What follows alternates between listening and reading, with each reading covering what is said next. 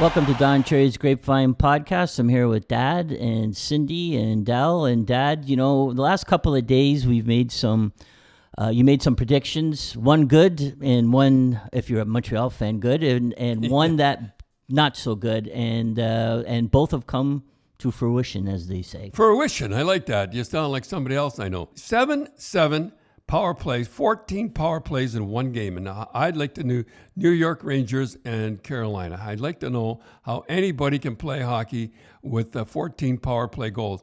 And then the other one, I think in Edmonton series with Chicago, there was 10. Yeah, so there was 48 power plays in total. Can't play hockey that way. But I have to admit, I have to go on and I have to say that the NHL is doing a good job. They have the music going at the right time. They have the crowd going at the right time. Yeah, it really, you got the screens look good, and and after you do after a while, you don't notice the fans aren't there. I do. There are some games that I watched all the games that I have an idea that it's an outdoor game. Somehow or other, I get the feeling outdoor. I know it means a lot.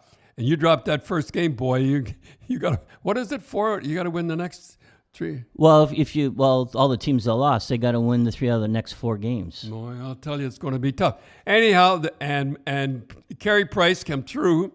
And they were being outshot in the first period, 18-4. At one time, Canadians were being outshot by Pittsburgh, 18-4. They caught up near the end, but see, you hang around. Yeah, they should have been. It should have been 3 or 4-0 the first 10 minutes. And then they get a fluky goal. Yeah. And 1-0. That's all he needed. That's all Price needed. And then Petrie come through with the overtime. Never picked up the late guy coming in and zinged her home. Yeah. Now they're up. There it is, Price. You get a hot goaltender. Yeah, you can do anything. And that game, I'm rooting for Montreal. I'm Canadian. I want to see Montreal win, and we know Max and everybody, and Kirk. But the penalties, I think the penalties they were like 6-1. I think Montreal had 1 or 2 power plays. That was it. And I know they had to battle back. I have to admit. And we talked about a little bit. Pittsburgh did not have a great power play on the road. They were mediocre at best on the road, and they were 0 for 7 last night. How do you have Malkin and Crosby? It's just hard to believe. But anyhow, a lot of penalties, and Price come through. And like I said before this, Cindy, do you remember when we played Chicago at 2 out of 3, and it was my first year of coaching with the Boston Bruins. I'd taken the Stanley Cup finalists and we were playing Chicago, and I remember we just hammered Tony Esposito, hammered him, and in the paper the next day he's finished and all stuff like that. I said, oh boy. I said, we're in trouble now. I said to myself, I didn't tell her.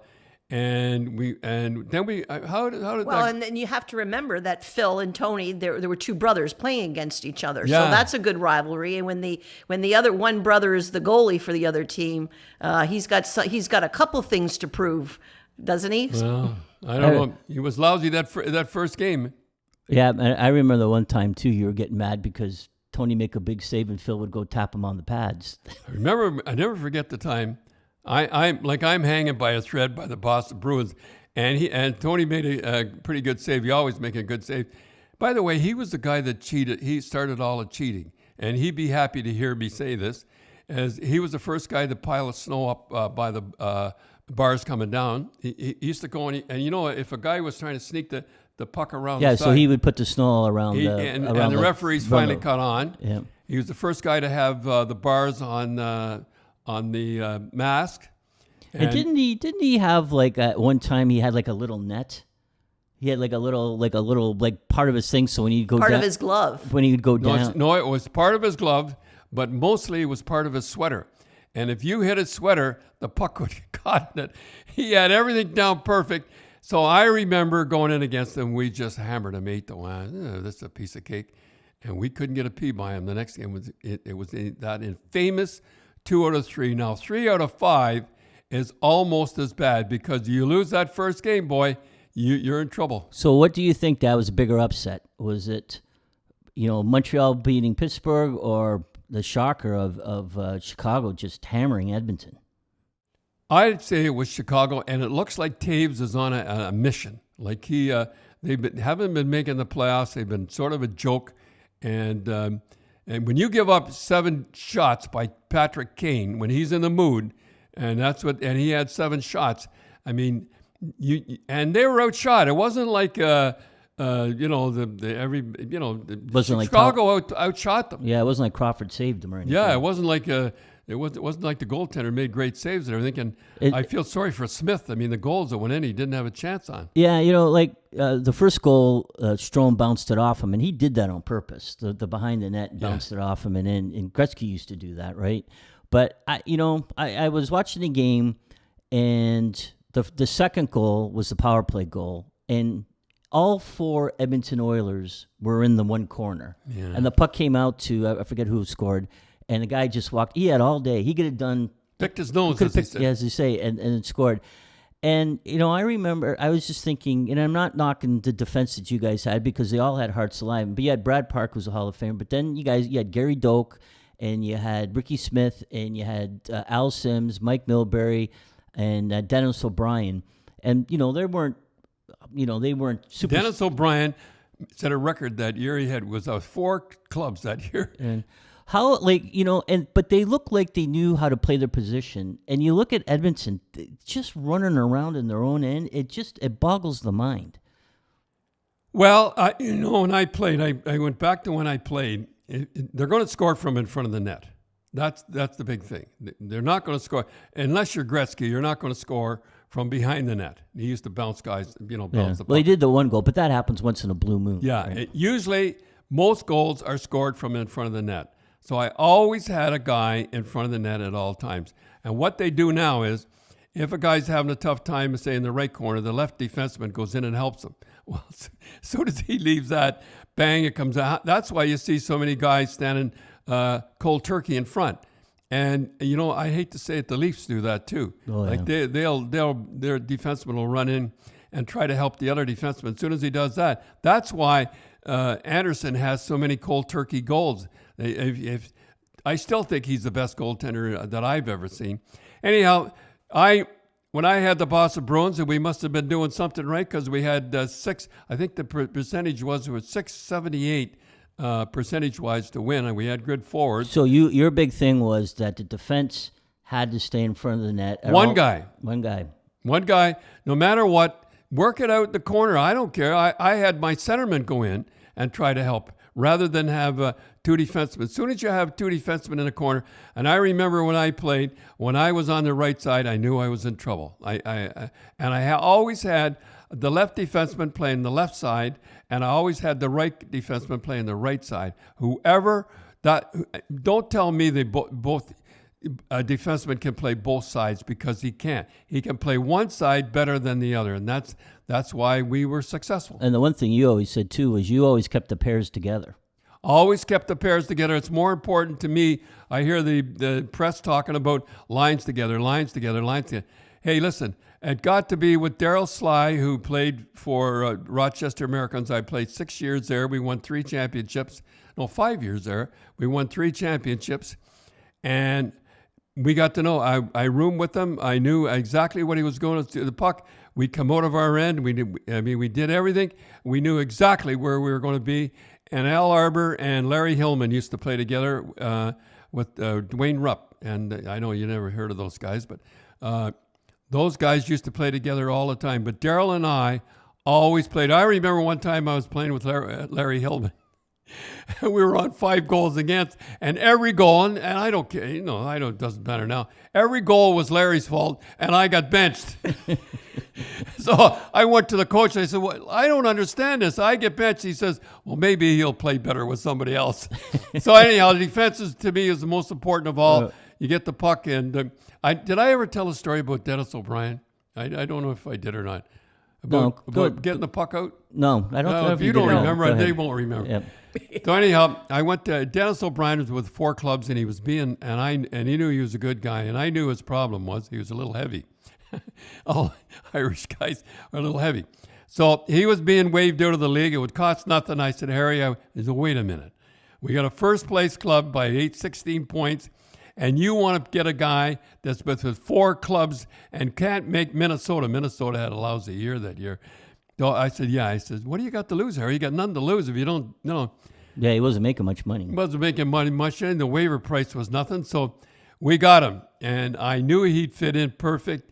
And I said, so I met him in the bar. Isn't that awful? I talk about that. I met him in the bar. I said, well, you're going to give me the game plan, Don? We play Philly tonight.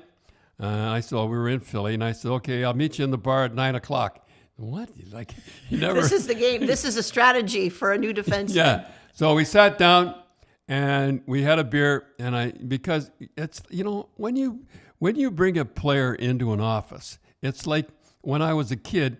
As soon as I went into the principal's office, I knew I was going to get strapped, or I knew it was not going to be good. So once again, like psychiatrists say, it goes back to your childhood. No, I don't know about childhood. But anyhow, I'm sitting at the bar, and he says, "Okay, Grapes, what are we going to, how do you play?" I says, "You see that?" I drew I said, "Give me that serviette there." So I drew a net, and I said, "That's you back of the net." And he says, "Yeah, okay. That's the puck there. You got the puck. You put it off the glass." That's it? I just put it around the boards and off the glasses. Unless you're playing with Park, you give it over to Park. But I said, anybody else you're with, you put it off the glass. And this is a true story. I know this is hard to believe, but it's a true story. I've only seen it once in my life, or maybe I was close to it. What happened was he had the puck behind the net, and John McCauley, God love him, the referee, is standing at our blue line, and Dennis O'Brien's got the puck behind the net. And it was one of those deals you'll very rarely see. Everybody changes. There's at the same time. And nobody, and it was like ding, and there was nobody on the ice, like wide open. Nobody on the ice, and he rings the puck off the glass and almost hits John McCauley. And John McCauley goes back to him. He says, "What the?" Like there was nobody on the ice. And you ring it off the glass. He says, "Grapes wants it off the glass. Grapes gets it off the glass." And you know what? And it's the same thing. And now that we're going on, it's the same thing. I tell the defenseman that, except Park, and he wouldn't do it because he could work his way out. He was so good. He was an all-star. I think he was right behind Orr 7 times. But anyhow, I knew we'd be up there. And defenseman, when I first went there, and they said, "Well, what if he's not there?" I says, "He'll be there." And that's secret. You asked the question. So your thing was the wingers had to cover the point, and the defense just put it around Don't automatically. worry about it. Just let me say something about how you drill that into the players. We talked about Jerry Cheever's racehorses, right? Yeah. He named, and I have pictures of them, 2 of his racehorses are called Off the Glass and Around the Boards. He named 2. That's 2 of his horses' names in the days there. So that's how much that was ingrained in the players. And it was and they would all do it except Park, and Park didn't have to because he was he'd work his way out. And well, Bobby Orr, the first year Bobby Orr was there. I mean, the only thing I ever said to the rest of the guys when Bobby Orr had the puck is, "Don't go offside." He thought that was funny. I really meant it. Don't go offside when he's got the puck. Okay, Tim, we have a new sponsor, and the NHL now, I know it's betting, but the NHL embraces, is that a good word for it? Yeah. Embraces, okay. And So we got a new sponsor. It's MyBookie, and hockey's back, and everybody's excited and watching it. So well, if you're betting, I mean, you watch the game, and you got money on the game. I don't care who you are. It's a little more exciting. Oh, for sure. So, MyBookie has up-to-the-minute odds, all your favorite teams and events. And so, everybody's saying, is Toronto going to win? Well, I have to ask you a question on this. I've been reading this. Now, I don't understand this quite, and you could explain this to me or explain this to us. If you want to bet 100, and is this a promo? So we got a promo that if you join today and you put your first deposit in, so you go on the website, right? And then you put a deposit in. It's kind of like your kitty, right? Yeah. And then they'll match up to $500. So if you put $100 in, they'll match the $100. So if I put $500, and I'm unemployed now, but if I had $500, and I could scrape together, if I put $500 in, they would match right another $500. Yeah, and that's up to $500. Yep. this has got to be a promo. Right. It's a promo, and you enter promo code Grapevine. Oh. And how do you get to it? So you join today. You join on, and you put a promo code. There's a promo when you join up. There's a promo code. You put promo code Grapevine, and then you'll get that up to $500. They'll match your deposit. Smokes. So. Well, I know I'm going to be on it, and I don't know if $500 is pretty good. And you can bet on anything, okay? Yeah, they have, hockey, football, basketball, soccer. What about the presidential cup? Yeah, presidential race. Is that right? Yep. Oh, yeah. Do they really? Yeah. Yeah. I haven't looked what the look. odds are. Trump was ahead like before the plague came, so I don't know what happened now. I think Biden's ahead now. And so remember... You get the odds, eh? Yep. So remember, you just go to mybookie.ag, sign up today, put promo code Grapevine in, and they'll match up to $500 your deposit. And you know their thing is it's simple. You bet, you win, and they pay. It sounds pretty good Can't to beat me. that. Yeah. No. Now I'm going on the radio tonight from New York, and you say it was a pretty rough game. I know there was 14 power plays, but that was a pretty rough game. Yeah, there was that big hit, and that was Brady Shea of the Hurricanes really hit Jasper Fast of the Rangers, and he got up on his own steam, but he looked pretty woozy. And, you know, Dad, you said it right off the bat a long time ago that there's not a lot of hitting, but sometimes there's big hits, and exactly what you always said about the guy looking down. What happens is, there's not. Let's face it, folks. I'm not knocking the hockey now. It's faster and bigger and stronger and all that stuff and everything. But there's less hits, and what happened is you get careless and you have your head down, and this guy's not going in. All of a sudden, you get one guy. What they say, it's too juicy. You just can't. A good job, Scott Stevens. Scott Stevens in the Hall of Fame. They put him in the jail now, where he used to hit. Anyhow. Remember the hits he used to have? My goodness! I mean, boy, he could really hit. And we had him on the the Grapevine show. We have a picture of him on your Twitter account. Boy, his arms are just like tree trunks. Yeah, you know the guy that we were always so proud of. I'm getting off on a tangent here. Was Bobby Hall? Remember there was a picture of Bobby Hall. Oh yeah. He was baling on the hay. baling hay. Yeah, but then infamous. In Sports Illustrated, which was the big magazine back then, they had all the athletes in bathing trunks. They looked like 90-pound weaklings compared to him. Boy, he was really built. Yeah. How did we get into that? Oh, about the hitting and stuff. Oh yeah. So what happens is some guys get his toast burnt. He's mad. And that's exactly what happened was that Fast was coming up and he was looking for the puck and his feet and you know Shea could have been a fire hydrant. He would have run right into him. How about the time we've told that story many times? Ball, remember the big tall big fenceman? I won't go into that again. But he stood at the blue line from the guy started out behind the net and he ran right into him. Remember that? Yeah, and he got a game and he says, "I just stood there." Yeah. But you know, and I think as you're saying that a lot of that's creeping into minor hockey. Minor hockey, they have now, I think, a lot of leagues now they have no hitting till 12 years old. Almost 13 now, I think 13 or 14. They don't understand. It's not the hitting; it's how to receive a hit. That's how like Marner. That's how like. Dougie Gilmore. Max. Look at Max, how short, he was smaller and he knew, he's like a rubber band man The out there. reason is he knows how to take a hit. He knows when to go in the corner. He knows when to bail. He knows when to... And he's always looking. Now the guys coming up now, and when you tell them, I've been there when they've told him you can hit this year. Yahoo! You mean I can hit? and boy, they go out there.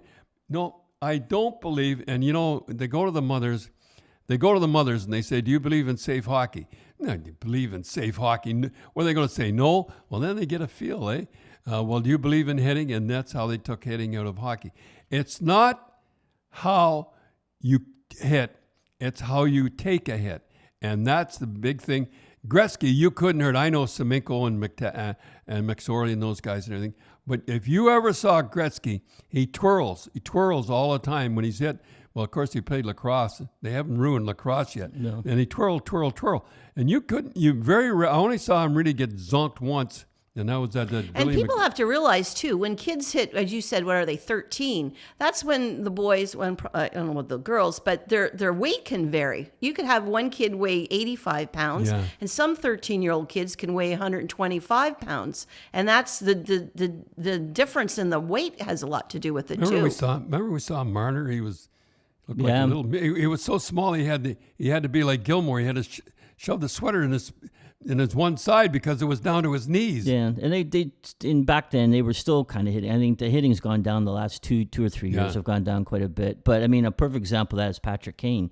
I mean, he played in London, and when you're going into Windsor or you're going into Sarnia, you better keep your head up. And I remember. And look at him, like you couldn't hit him if you tried.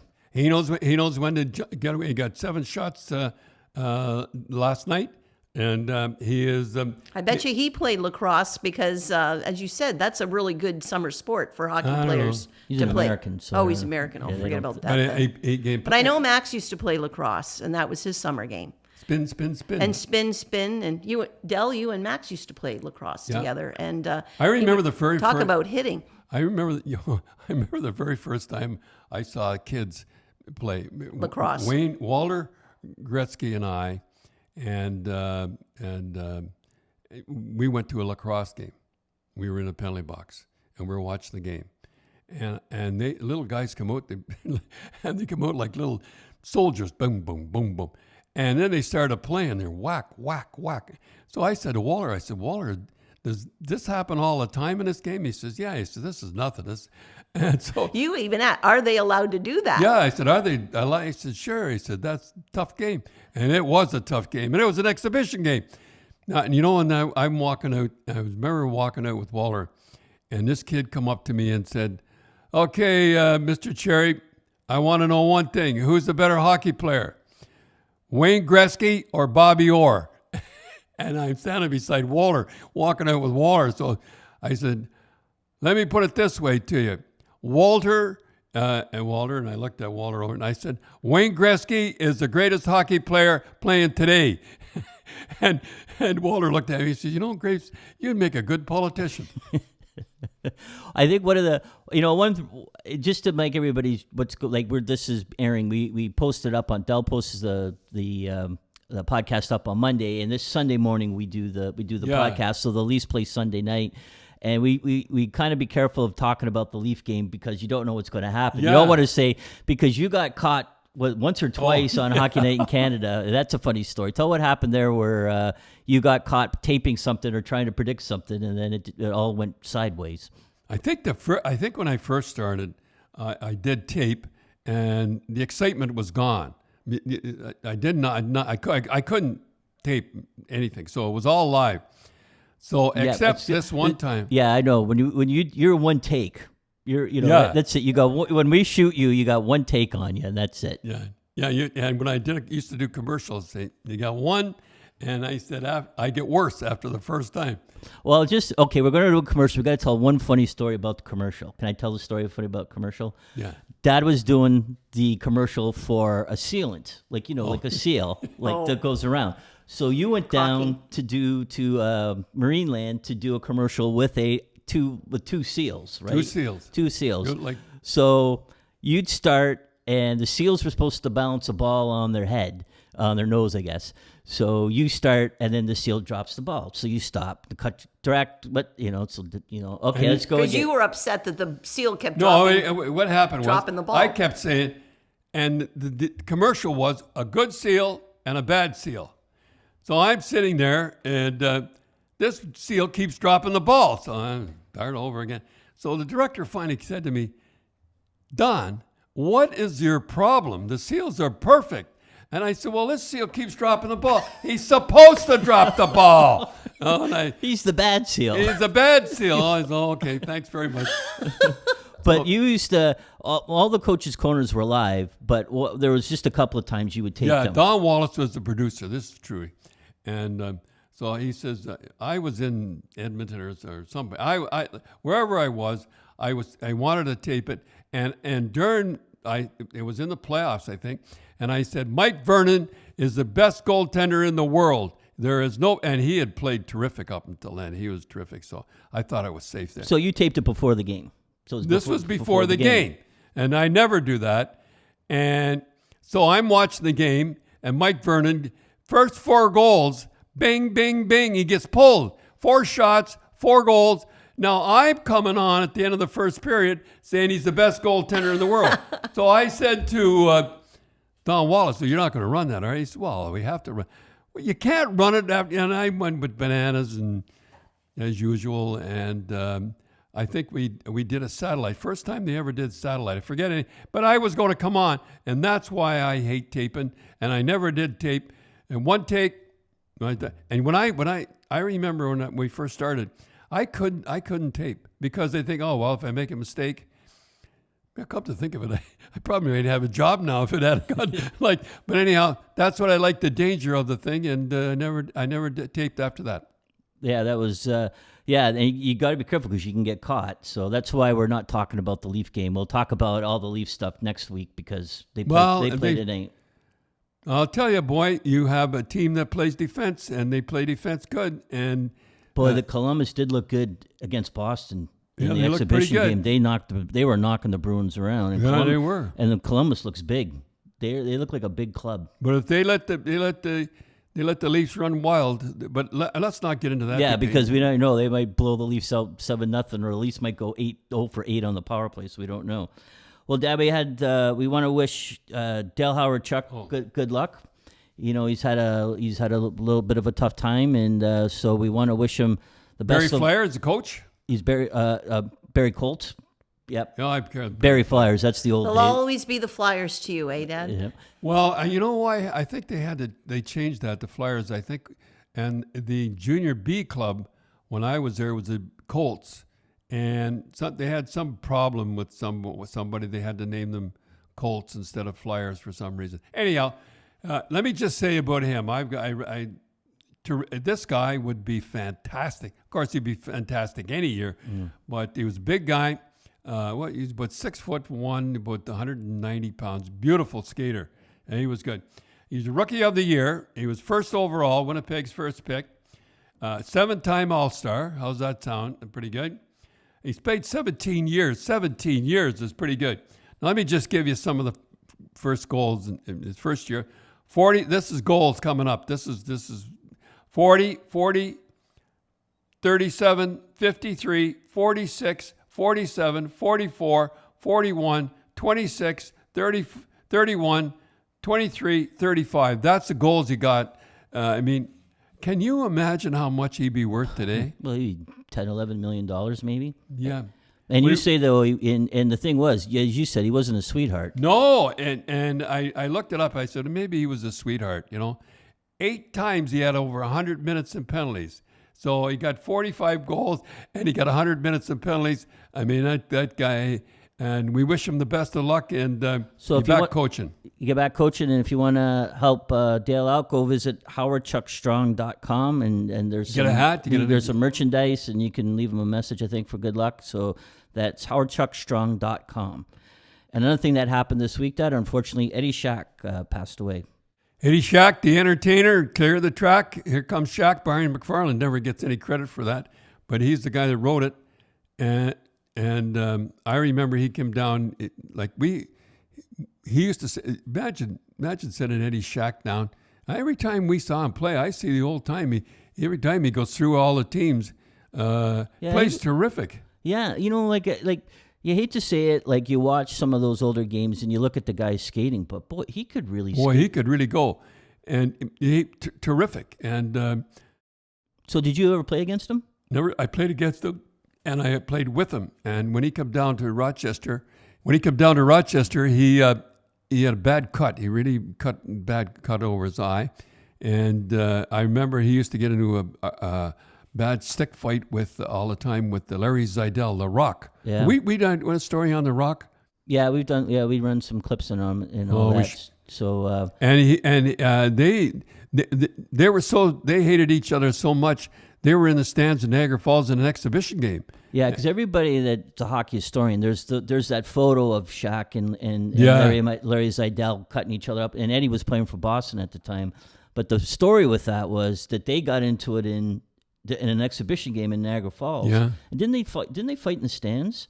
They were sitting in the stands, and they kept yelling at each other in the fans, and the police had to come and get them in the stands. It was a different back in those days, and I see the guys last night holding hands and everything like that. It's a little different hockey. Of course, hockey's changed, but imagine in the stands at an exhibition game, the police had to come to break them up. Yeah. Well, him and John Ferguson always seemed to have a rivalry going. They played the same way. John Ferguson, when you'd go in a corner with John Ferguson, he was the enforcer and got 20 goals for Montreal Canadiens. And Eddie Shack, and they played the same. You go into a corner with them, you'd hit the elbows and sticks and everything could go at them. There's a great picture of Jerry Eamon and Shack when he played for Buffalo, and he's sideways. He's got Jerry Eamon around the neck. Yeah, he's jumping around. Yeah, he's jumping on him. Well, he was an entertainer, and I used to like his commercials and pop and everything like that. And he was, and everywhere he was always laughing all the time. And we had him on the Grapevine show. Yeah. And you know what happened with that? I gave that show for somebody doing a documentary on him, and they never gave it back. There you go. Yeah, being a good guy. So I lost it. So I was going to play a clip, and I thought, oh, now I remember what happened. Who was it? I can't remember who it was. Can't remember who it was. I'll have to look to see. But that was a long time ago. So who knows where it is now? Yeah, it's funny you'd say that.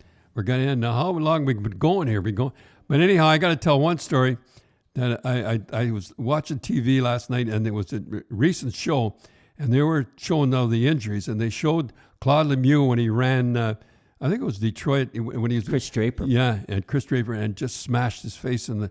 And then they shook hands with him afterwards, like they won.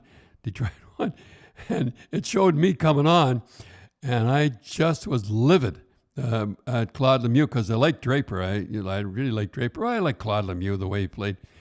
Remember the time he was laying on the ice, and I think it was in Calgary. He's playing for Montreal, Yeah. and Pat Burns wouldn't send a trainer out. No, The guys are skating around, and the other team was just skating around him, and there he was laying there, and finally just got up by himself and come off. Anyhow, it had me coming on in Hockey Night in Canada, Ron and I'm just livid. And I'm just ripping Claude Lemieux and the rest of the guys for shaking hands and everything. They like that one. Yeah. Well, it's funny you mentioned Claude. His son Brendan Lemieux for the Rangers got into a pretty good scrap in the exhibition games. Is he? He has grown into a. Yeah. He's bigger than Claude. Yeah, because we used to see him, and I know we kind of told this story before. We used to see him, and he played for the Toronto Red Wings, I think. Yeah, he did. And Claude was the assistant coach, and the referees. I don't know if they didn't like Claude or if they didn't I think they didn't like Claude. And they would give him penalties after penalties, and he played like he was a disturber, as you say. But I remember Claude Lemieux. He was on Battle of the Blades, wasn't he? Yeah, he was. Yep. And he was. So I remember, in the back, we were in the green room or whatever, and there was a lot of coffee and all this. And so I said, Claude Lemieux, and I wanted to see Claude Lemieux and you meet in getting coffee and everything. Yeah, because you'd always really given it to him. I mean, there was sort of bad blood between you two. And then what happened was he had kids there, and when he came in, because I'm waiting to see what happens, all the kids ran up to you and was asking for your autograph and everything, which diffused the situation. It was quite interesting. I remember he was on that Battle of Blades. He's, oh boy. Because I was really worried when I come up, but I had nothing against the guy except I like Draper, that's all. Yeah, I remember talking to him. He said that was the most nervous he's ever been. Because he thought I'd say something. About that, but the Battle of the Blades. Oh, yeah, when he come up. And he just said, he goes, you're doing those things. You don't want to embarrass yourself.